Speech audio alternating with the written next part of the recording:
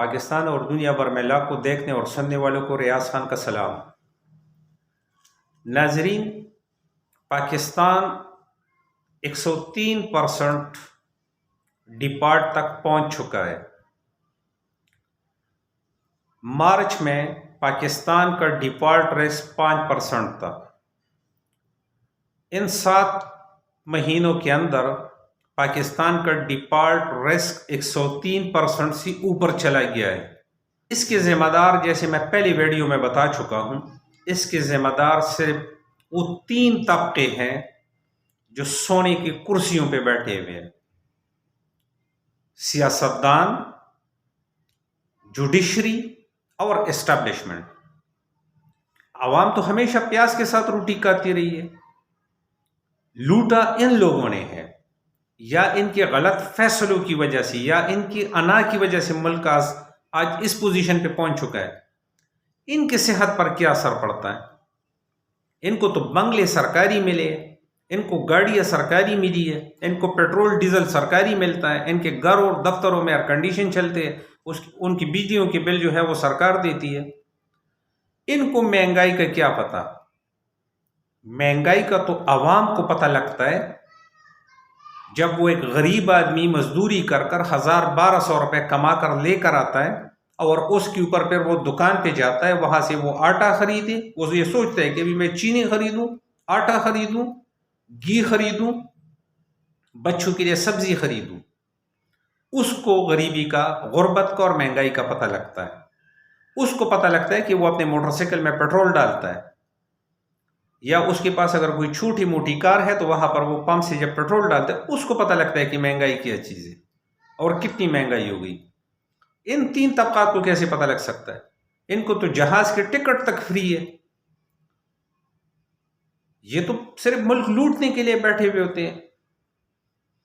تو میں نے جیسے پہلے یہ عرض کیا تھا کہ اگر اب بھی پاکستانی عوام متحد نہ ہوئی، یہ لوگ صرف 10-20 ہزار لوگ ہیں جو یہ ہمارے ملک کے غلط فیصلے کرتے ہیں اور ہمیں انگریزوں کے غلام بنا کر رکھ رہے ہیں، باقی 22 کروڑ عوام ہیں، تو کیا 22 کروڑ عوام اس ملک کے فیصلے نہیں کر سکتے؟ اس 22 کروڑ عوام کے یہ اتنے قابل ترین لوگ ہیں کہ یہی لوگ فیصلے کریں گے، یہی لوگ حکمرانی کریں گے۔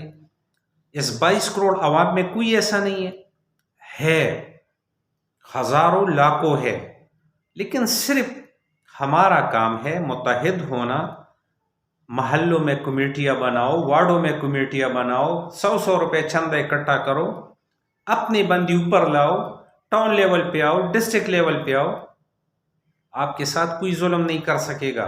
اگر کسی بھی محلے سے ناجائز کوئی پولیس والا بندہ پکڑ کے لے کر جاتے، پورا محلہ جا کے تانے کے سامنے کھڑا ہو جائے گا۔ کیسے وہ ظلم کر سکتا ہے؟ اگر کسی بھی محلے میں کوئی بھی چھوٹا موٹا مسئلہ آتا ہے تو سارا محلہ ایک ساتھ اکٹھا ہو جاتا ہے، یہ ہمیں ایک ایک کر کے ماریں گے، جیسے ارشد شریف صاحب کو شہید کر دیا ہے۔ تو ہمیں متحد ہونا ہوگا، اور جب ہم متحد ہوں گے اس کی بہت زیادہ فائدے ہیں۔ اب متحد ہونے کے لیے کیا کرنا ہے؟ ہمیں ہر بندہ اپنے طور پہ کوشش شروع کرے، اور اپنے اپنے محلے میں 2-2 4-4 بندوں کے ساتھ یہی بات کرے کہ اب اقتدار ہمارے ہاتھ میں ہونا چاہیے۔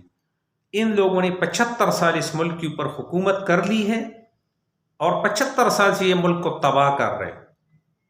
اب ہمارا حق ہے، ہم حکمرانی کریں گے۔ ہمارے بچوں میں قابل لوگ ہیں، ہمارے بھائیوں بہنوں میں بڑے قابل لوگ ہیں، وہ حکمرانی کریں گے، وہ فیصلے کریں گے، قوانین بنائیں گے۔ پھر آپ دیکھنا کہ پاکستان کس طرح ترقی کرتا ہے۔ اس پہ انشاءاللہ میں مزید آگے پھر تفصیل بتاتا رہوں گا، تھوڑا تھوڑا کر کے۔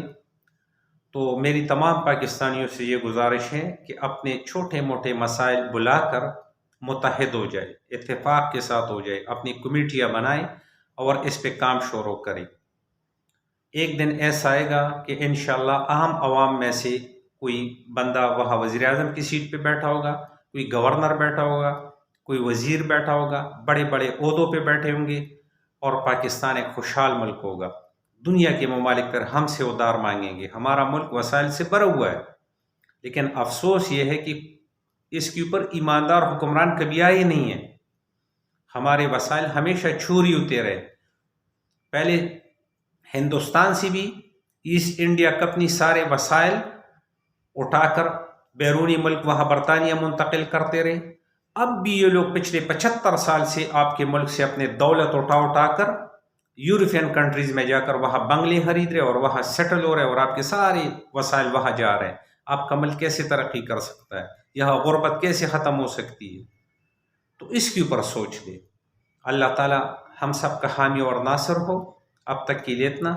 اللہ حافظ.